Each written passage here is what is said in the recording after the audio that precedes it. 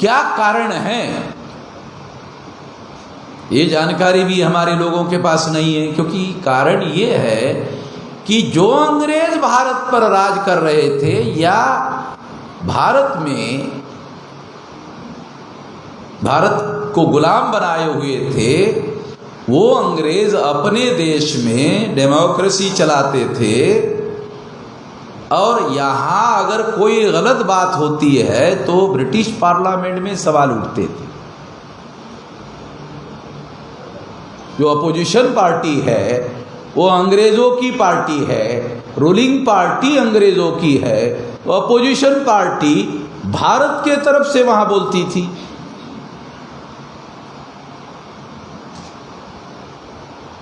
कुछ लोग ऐसा कह सकते हैं, अरे दोनों अंग्रेज थे तो अपोजिशन पार्टी के लोग हमारी बात क्यों उठाते थे? सवाल तो है। अगर अपोजिशन वालों को भी तो कोई मटेरियल चाहिए। आखिर जो अपोजिशन में काम करने वाले लोग थे वो जब वहां के सत्ताधारी बने, लेबर पार्टी सत्ताधारी बनी, तो लेबर पार्टी ने भारत को आजाद किया। तो मैं आपको जो जानकारी है वो जानकारी दे रहा हूं जिससे आपको कुछ पता चले कि जिस अंग्रेजों ने भारत को गुलाम बनाया था वो अंग्रेज भारत में ट्रेड यूनियन का एक्ट पास किया और लोगों को कहा कि तुम लोग संगठित हो जाओ ट्रेड यूनियन में, क्योंकि जब तक ट्रेड यूनियन में संगठित नहीं होंगे तुम्हारी समस्या का समाधान कैसे होगा।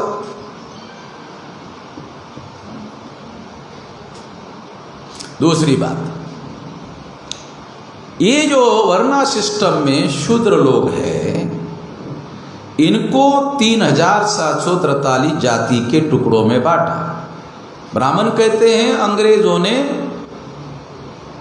बांटो और राज करो की नीति पर काम किया तो उन्होंने हिंदू और मुसलमान 2 टुकड़े किए, मगर ब्राह्मणों ने शूद्रों के 3743 टुकड़े किए। 2500 गुना ब्राह्मण अंग्रेजों से ज्यादा खतरनाक थे। 2 से भागाकार करो तो 3743 को, तो जो आंकड़ा आएगा तो 2500 होगा। तो ब्राह्मण अंग्रेजों से 2500 गुना ज्यादा खतरनाक लोग थे। वो ज्यादा खतरनाक लोग अंग्रेजों पर आरोप लगा रहे थे, ये खतरनाक लोग हैं, वो डिवाइड कर रहे हैं राज करने के लिए। मगर जब 15 अगस्त 47 को आज़ादी मिलने का समय आया, तो सत्ता के लिए झगड़ा हुआ और हिंदू और मुसलमान का जो मामला है उसके आधार पर 2 देश बने और उसको गांधी जी ने, नेहरू जी ने पहले और बाद में गांधी जी ने विभाजन को मान्यता दी। उनका देश तो था नहीं, जो विभाजन कर रहे थे उनका तो नहीं था देश, तो विदेशी लोग थे। मैं आप लोगों को जो बात समझाना चाहता हूं वो ये है कि जिन लोगों का आजाद भारत में कंट्रोल है वो तो ब्राह्मणों का कंट्रोल है, रूलिंग पार्टी भी ब्राह्मणों की, आज़ादी के मिलने के बाद में, और अपोजिशन पार्टी भी ब्राह्मणों की। आज एक कांग्रेस है, एक बीजेपी है, दोनों के दोनों ब्राह्मणों के संगठन हैं। तो वर्ण व्यवस्था में जो ब्राह्मण शीर्ष स्तर पर थे, जो ब्राह्मण सबके सर पर बैठे हुए थे, वो आज़ादी में भी शीर्ष पर ही बैठे हुए हैं और ये कह रहे हैं कि ये हम आज़ाद हैं। चलिए, बड़ी अजीब किस्म की बात है।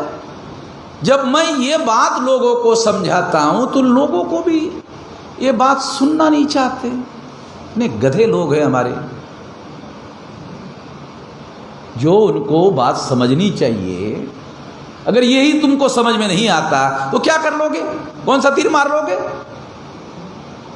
अगर आपको ये बात समझ में नहीं आती, आएगी तो तब जब सुनोगे, समझोगे, तब लगेगा कि हाँ इसमें बदलाव जरूरी है।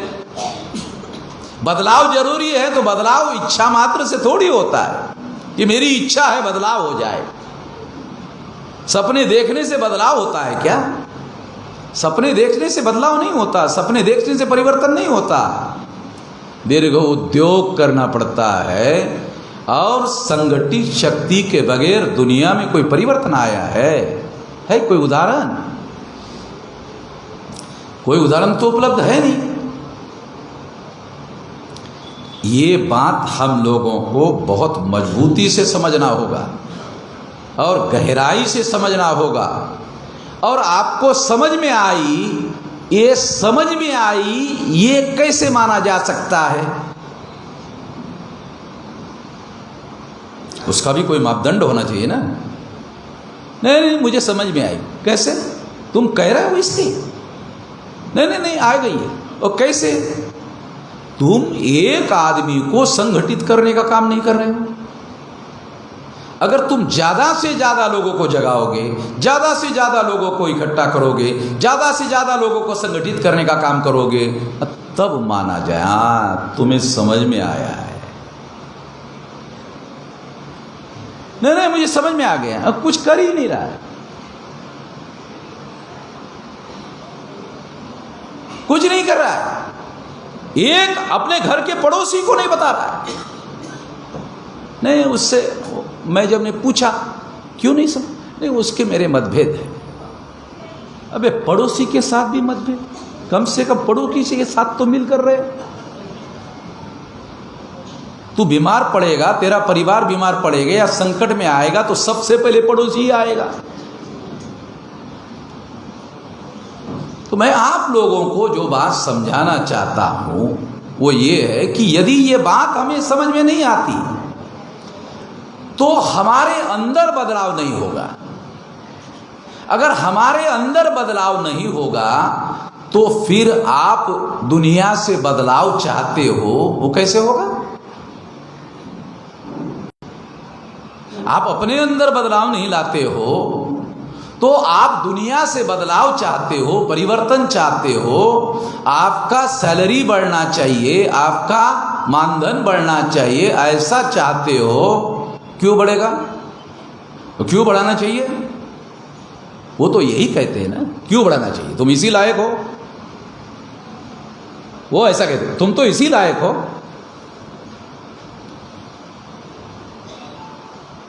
तो वो लोग जो तुम्हारे बारे में ऐसी राय रखते हैं कि तुम तो इसी लायक हो, तो तुमको इसमें बदलाव लाना पड़ेगा ना। वो थोड़ी लाएगा, उसकी तो राय बनी हुई है, उसकी तो सोच बनी हुई है। उसकी सोच को हम लोग संगठित होकर बदल कर सकते हैं, चेंज कर सकते हैं। वो सोच हमारे अंदर पहले पनपनी चाहिए, हमारे अंदर डेवलप होनी चाहिए।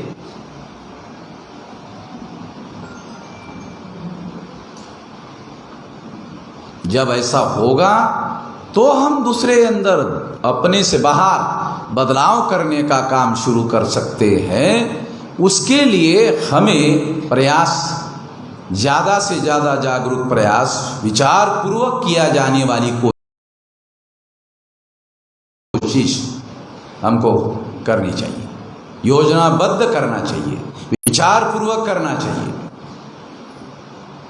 तो ये बात हम लोगों को ध्यान रखना है। दूसरी एक समाज व्यवस्था की बात आपको बताना चाहता हूँ, क्योंकि हम लोग जिस देश में लेबर के ट्रेड यूनियन बनाना चाहते हैं वो लेबर क्लास आता कहाँ से है? तो पहली बात मैंने आपको बताई कि वर्ना सिस्टम जो ब्राह्मणों ने बनाया, उसमें जो शूद्र वर्ग बनाया, जो आज मंडल कमीशन में जिनको ओबीसी कहा जाता है वो शूद्र वर्ण है। उसके नीचे 3 वर्ग है जो ब्राह्मणों ने उसको अपने वर्ण व्यवस्था में शामिल करने के लायक नहीं माना। जैसे बिल्डिंग आप बना रहे हो, बिल्डिंग बना रहे हो और आपने रॉ मटेरियल लाया, तो रॉ मटेरियल लाने के बाद में आपने बिल्डिंग बना लिया और कुछ मटेरियल, रॉ मटेरियल बच गया। वो बचे हुए मटेरियल को क्या कहते हो? है? Waste material. वेस्ट मटेरियल, हाँ ये बात, ये शब्द बराबर, वेस्ट मटेरियल। तो वर्ण व्यवस्था बनने के बाद भी कुछ बच गया मटेरियल वो वेस्ट मटेरियल बच गया। तो वेस्ट मटेरियल में पहला नाम है शेड्यूल कास्ट, अछूत वेस्ट मटेरियल। दूसरा शेड्यूल ट्राइब, दूसरा वेस्ट मटेरियल। तीसरा है नॉमिनिक ट्राइब। ये 3 वर्ग जो है, ये हमारे लोगों को, पढ़े लिखे लोगों को पता नहीं है। ये जो समाजशास्त्र है ना, ये समाजशास्त्र समझना होगा। जिसको समाज को बदलना चाहते हो, बदलना चाहते हैं, परिवर्तन चाहते हैं, परिवर्तन, अरे क्या के अंदर चाहते हो परिवर्तन है? काय के अंदर परिवर्तन चाहते हो वो तो मालूम होना चाहिए ना। अगर आपको जानकारी ही नहीं है कि किस चीज के अंदर आप बदलाव लाते हो, लाना चाहते हो, वो आपको बता रहा हूं कि ब्राह्मणों ने जब ये वर्ण व्यवस्था बनाई जिसमें ब्राह्मण सर्वोपरि अपने आप को सबसे ऊपर रखना चाहते हैं, उन लोगों ने ए वेस्ट मटेरियल में अछूत, शेड्यूल कास्ट, शेड्यूल ट्राइब आदिवासी, तीसरा है नॉमिनिक ट्राइब। नॉमिनिक ट्राइब भी महाराष्ट्र में लगभग 42 या 44 जातियां हैं। ऑल इंडिया में 197 जातियां। शेड्यूल कास्ट की 1703 जातियां हैं। शेड्यूल कास्ट के लोगों को भी पता नहीं है। शेड्यूल कास्ट के 1703 टुकड़े ब्राह्मणों ने बनाए। ओबीसी के तो 3743 बताया आपको। शेड्यूल कास्ट के 1703 है। आदिवासियों के 801 टुकड़े हैं। अरे अपने बारे में तो जानकारी रखो। दुनिया ने, अमेरिका में ऐसा है, अरे वो है, तुम्हारे बारे में है, तुम्हारे पास जानकारी नहीं। अमेरिका में ऐसा है, यूरोप में ऐसा है, हाँ ठीक है, तुम्हारे बारे में है। तो पहले तुम्हारे बारे में जानकारी होना चाहिए ना। तुम कौन हो, क्यों हो, तुमको स्थिति में क्या पैदाइशी हो के तुमको किसी ने इस तरह से इस स्तर पर गिराने का काम किया, षड्यंत्र किया? वो कौन लोग हैं जिन्होंने षड्यंत्र किया? वो कैसे किया, उसका क्या तरीका था, वो सारा जानना होगा। उसको जाने बगैर नहीं परिवर्तन कर सकते। परिवर्तन ऐसे ही नहीं होगा। तो इसलिए मैं आप लोगों को ये बता रहा हूं, क्योंकि दूसरे जो ट्रेड यूनियन बने हैं ना, वो सारे ट्रेड यूनियन ऑल इंडिया के सारे के संस्थापक और राष्ट्रीय अध्यक्ष ब्राह्मण है। वो ये बताने वाले नहीं है जो मैं बता रहा हूं। क्यों? वो क्यों नहीं बताने वाले? क्योंकि वो बताएंगे तो ऊपर कैसे रहेंगे? शीर्ष स्तर के नेता कैसे बने रहेंगे? शीर्ष स्तर के नेता नहीं बने रह सकते। उन्होंने तो बनाया ये।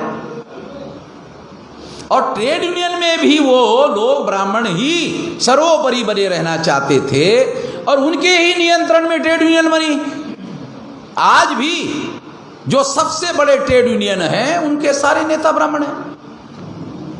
वो कभी भी आप लोगों के इश्यूज को नेशनल इशू नहीं मानते, कभी भी आपके इश्यूज को प्रोमिनेंट इशू नहीं मानते। इसकी रूट कॉज यहां है, जो मैं बता रहा हूं यहां है। अगर ये नहीं मालूम होगा तो फिर आपको रूट कॉज कैसे मालूम होगा? अगर कोई बीमार आदमी डॉक्टर के पास जाता है, जाते ही इंजेक्शन लगा देता है क्या है? बीमार आदमी जब डॉक्टर के पास जाता है, जाते लगा देता नहीं, लगाता ना, पूछता है पेशाब कैसे होता है, पीला होता है कि सफेद होता है? टट्टी साफ होती है कि नहीं, पेट साफ होता है कि नहीं होता है? नहीं होता। नींद वगैरह कितना घंटा लेते हो? पूछता है, जरा मुंह फाड़ो, मुंह फाड़ने के लिए बोलता है, ऐसा करके देखता है, नहीं दिखा तो साला टार्च लगा के देखता है, जीभ निकालो, निकालो जीभ, अरे आधी निकाला, पूरे निकालो, बोलता है। वो सारी करने के बाद लक्षणों का निर्धारण करता है और फिर मेडिकल साइंस में उसने पढ़ाई किया, ये लक्षण है, इससे ये लगता है कि तुम्हारी ये बीमारी है। हाँ, अब कितने दिन से हो? 6 महीने से? हाँ, इंजेक्शन लेना पड़ेगा। तुम्हारे शरीर का एक ऑर्गन खराब हो गया है, काटना पड़ेगा। नहीं नहीं, मैं काटने के लिए तैयार नहीं हूं। मरीज कहता मैं काटने के लिए तैयार नहीं हूं। ये पैर आप यहां से काटोगे? अरे मैं तो लंगड़ा हो जाऊंगा। कोई बात नहीं, अगर आपने 8 दिन नहीं काटा तो फिर यहां से काटना होगा, और उसके बाद और 8 दिन के बाद नहीं काटा तो फिर काटने लायक कुछ रहेगा ही नहीं, तुम जाने का रास्ता होगा। है, समझ रहे? विश्लेषण समझा रहा, एनालिसिस समझा रहा।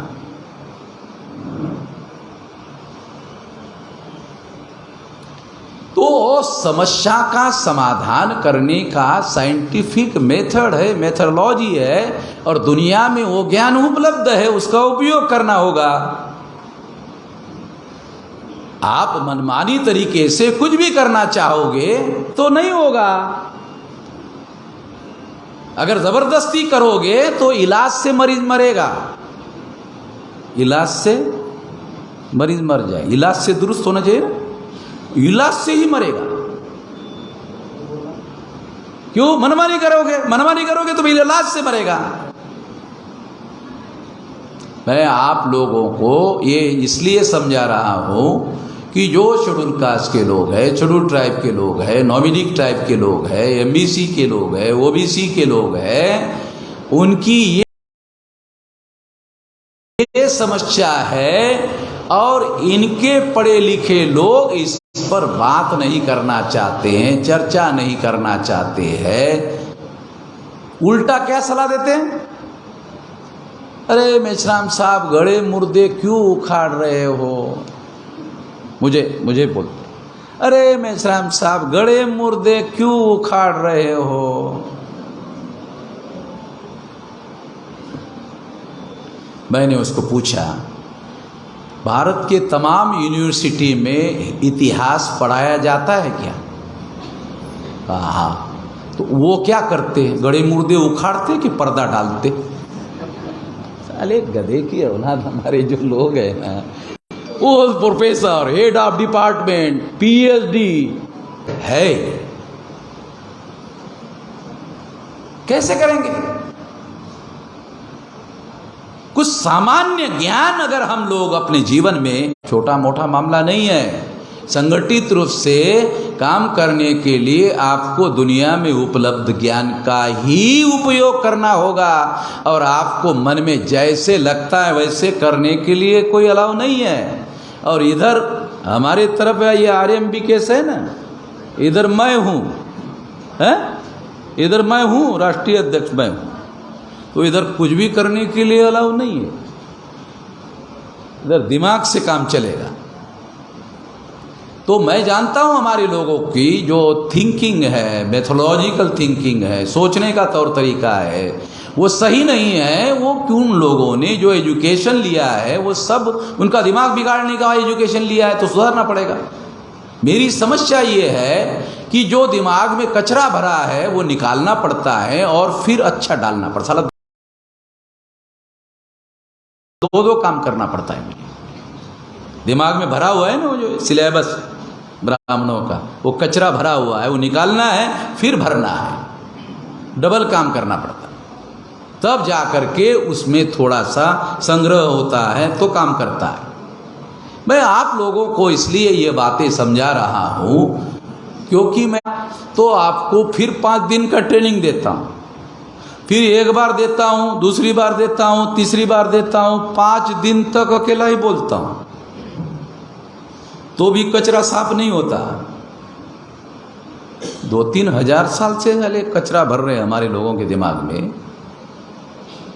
तो इसलिए मैं आपको ये बता रहा हूं कि हम लोगों को जो ये आरएमबी केस शुरू किया ना हमने संगठन में, ये आरएमबी केस शुरू किया, वो नॉर्मल तरीके से दूसरे ट्रेड यूनियन जैसे चलते हैं वैसे चलाने वाला संगठन नहीं है। ये बताने के लिए सारी बातें समझा रहा है। जैसे दूसरे कुछ लोगों को लगता होगा अरे वो चल रहा तो हम भी थोड़ा सा, हम भी थोड़ा अध्यक्ष हो जाएंगे और इंडस्ट्रीज का जो उद्योगपति है उससे वार्ता करेंगे, थोड़ा सा हम भी ले लेंगे। है? अरे ऐसा हुआ ना, हमारे साथ हुआ कि नहीं? मेरे पास उन इंडस्ट्री वालों ने कई बार मैसेज भेजा, थोड़ा सा ले लो। अरे मैंने कहा मैं लेने के लिए थोड़ी बनाया है भाई मेरे पास 2-4 इंडस्ट्री के लोगों ने भेजा लोगों को, है? तो मैंने कहा मैं तो फकीर आदमी हूँ, साला फकीरों को पैसे की क्या जरूरत है? ये कपड़े लत्ते लोग समाज दे रहे हैं, अंडरवियर समाज दे रहा है, तो मुझे क्या जरूरत है? खाने के लिए समाज दे रहा है, मुझे कुछ नहीं चाहिए, फकीर आदमी हूँ। तो लोगों को जो ट्रेड यूनियन जैसे चल रहा है उसके देखा देखी वो भी ऐसा करना चाहते। ऐसा हम नहीं चला रहे, न चलने देंगे। ऐसा चलाने वाले लोगों को ज्यादा देर रखेंगे नहीं। मैं इसलिए आप लोगों को बोल रहा हूं कि यदि ऐसा कोई सोच कर आया होगा अभी से चले जाए अभी से चला जा रहे, इधर कुछ मिलेगा नहीं हमको। हाँ जाओ, कचरा सफाई हो जाएगा, हमको कोई एतराज है नहीं है, कोई दिक्कत है नहीं है। तो हम तो हमारे लोगों की जो वास्तव में जो लेबर है लोग है, उनकी वास्तव में समस्या है, उनका समाधान करने के लिए ये बनाया है। उसकी लड़ाई लड़ेंगे और किसी प्रकार का कोई कॉम्प्रोमाइज किए बगैर हमारे लेबर लोगों को सारा बेनिफिट देने की कोशिश करेंगे, हर प्रकार का बेनिफिट पहुंचाएंगे। और अभी तक जितने एग्रीमेंट हमने किए, अभी तक रिकॉर्ड है, जितने भी एग्रीमेंट किए सारे एग्रीमेंट में लेबर लोगों को बेनिफिट पहुंचाए। सारे के सारे जितने भी ट्रेड यूनियन के एग्रीमेंट हमने किए सारे जगह बेनिफिट पहुंचाने का काम किया। और उद्योगपतियों की कोई बात हमने नहीं मानी। तो ये कुछ सिद्धांत है जिसके आधार पर हम लोग ये आरएमबी केस बना रहे हैं। बाम से बेसिक संगठन है जो 567 जिलों में 31 स्टेट में कार्यरत है। आपका ट्रेड यूनियन निर्माण करने के लिए सारे देश भर में बामसेफ के बेसिक संगठन का आपको समर्थन है। भारत में किसी भी स्टेट में जाओ, किसी भी जिले में जाओ, किसी भी तहसील में जहां हमारी शाखा कार्यरत है, आपको वहां जाकर होटल में रुकने की जरूरत नहीं है। आपके रहने की, खाने की, पीने की, मतलब शुद्ध पानी पीने की सारी व्यवस्था होगी। पीने की समझ रहे ना? हाँ। तो आपको कोई खर्चा करना नहीं होगा। ऑल इंडिया में बढ़ाने के लिए जो लोग चाहिए, कम से कम एक आदमी चाहिए, वो एक आदमी वहां आपको उपलब्ध करवा देगा। तो बाम से बेसिक ऑर्गेनाइजेशन है जिसके माध्यम से 86 ऑर्गेनाइजेशन बनाए गए हैं। 86 में एक आरएमबी केस है। 86 ऑर्गेनाइजेशन हमने बनाए, उसमें से एक ऑर्गेनाइजेशन आरएमबी केस है। मैं 18 साल 3-4 महीने का था तब से ये कर रहा हूं। अभी 65 साल की मेरी उम्र हो गई है, 47 साल से कर रहा हूं। यहां बहुत सारे ऐसे लोग होंगे जो मैं काम शुरू किया तब पैदा भी नहीं थे, पैदा भी नहीं हुए थे। 47 साल से कर रहा हूं। उसके बदौलत इतना बड़ा देशव्यापी जो संगठन बामसेफ का बेसिक संगठन बना, उस बेसिक संगठन के आधार पर आपका ट्रेड यूनियन ऑल इंडिया में खड़ा हो सकता है। और नेशनल लेवल का संगठन बनाए बगैर ये जो ब्राह्मणों के, कम्युनिस्टों के, बीजेपी के, कांग्रेस के जो नेशनल लेवल के ट्रेड यूनियन संगठन है, उसका मुकाबला आप कैसे करोगे? केवल महाराष्ट्र में बनाकर ऑल इंडिया में बनाना होगा। और ऑल इंडिया में हम आप लोगों को ट्रेड यूनियन का सारा संगठन बनाने के लिए आपको जो भी हेल्प चाहिए, जो भी मदद चाहिए, जो भी आप लोगों को ह्यूमन रिसोर्सेज चाहिए, हर प्रकार के रिसोर्सेस आपको उपलब्ध करवा सकते हैं। तो इस तरीके से अगर हम लोग काम करते हैं तो मैं यकीन के साथ कहता हूं कि बहुत कम समय में, अभी भी सारे देश भर में इसकी शाखाएं फैल गई। आरएमबी केस की शाखा सारे देश भर में फैल गई है बामसेफ के आधार पर। अभी उसका विस्तार करना बाकी है।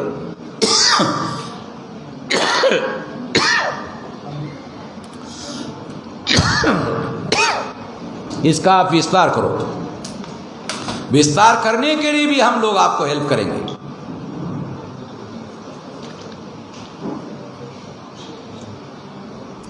कोई हमारे समाज में SC ST OBC माइनॉरिटी का संगठन नहीं है जिसको 25-30 करोड़ रुपया लोग जो है निधि देते हैं और राष्ट्रीय स्तर पर पैसा देते हैं। कोई संगठन नहीं है हमारे समाज में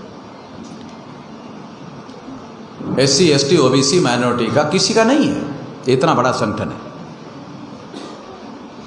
इसकी मदद लेकर आप इस संगठन को राष्ट्रव्यापी संगठन में रूपांतरित कर सकते हो और राष्ट्रव्यापी संगठन में रूपांतरित करने के आधार पर आपको जो सेंट्रल लेवल से, केंद्र सरकार से आपको एग्रीमेंट करना है, इंडस्ट्री से एग्रीमेंट करना है, तो आप कर सकते हो। ये लोग नहीं करेंगे। केंद्र सरकार से अगर आप चाहते हो कोई कानून बने तो आपके पास नेशनल लेवल का ऑर्गेनाइजेशन चाहिए। केंद्र सरकार को आप मजबूर कर सकते हो ये कानून बने। लेबर लोगों के लिए ये जो ऐसे तमाम कानून बने हुए हैं, ये कानून सही नहीं है, ये कानून इस तरह से होना चाहिए, ये सब कर सकते हैं।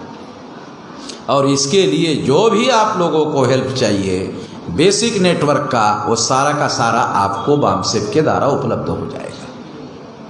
इसके बदले में आपको कुछ देने की जरूरत नहीं है।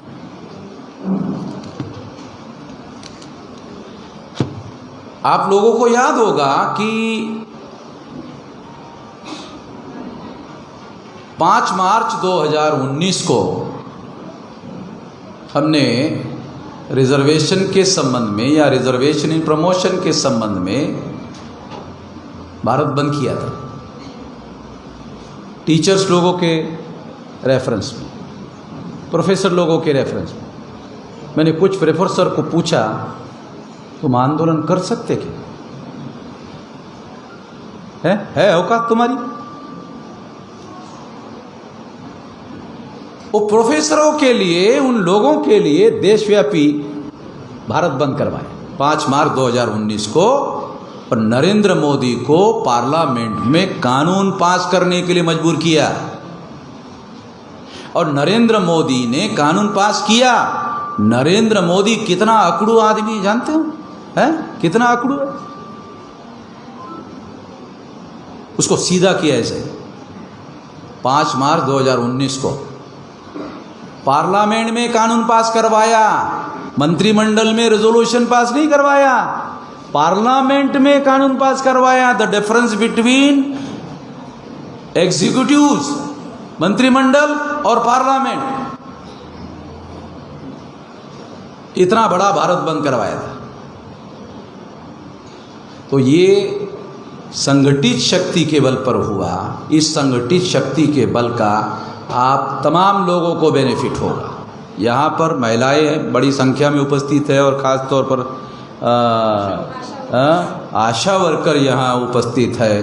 ये आशा वर्कर की योजना केवल महाराष्ट्र की नहीं है, ये नेशनल योजना है और राष्ट्रीय स्तर पर यह संगठन बनाया जाना चाहिए। और इनके लिए तमाम प्रकार के योजनाएं जो है वो लागू करवाई जा सकती है। और इसके लिए हम लोग संगठित रूप से प्रयास करेंगे, कोशिश करेंगे। 3:30 बजे तक का समय था, 3:29 हो गए हैं, इसलिए मैं 1 मिनट पहले ही अपनी बात यहाँ पर समाप्त करना चाहता हूँ। संगठित रूप से ही हम बदलाव कर सकते हैं। संगठित रूप से बदलाव करने की कोशिश करने के लिए हम लोगों को प्रयास करना चाहिए। आपने मेरी बात ध्यान से सुनी, इसके लिए आभार, धन्यवाद। धन्यवाद सर। इसके बाद आभार प्रदर्शन के लिए मैं बुलाना चाहूँगा माननीय मनोज रामदानी सर, सह कोषाध्यक्ष, आप आए और राष्ट्रीय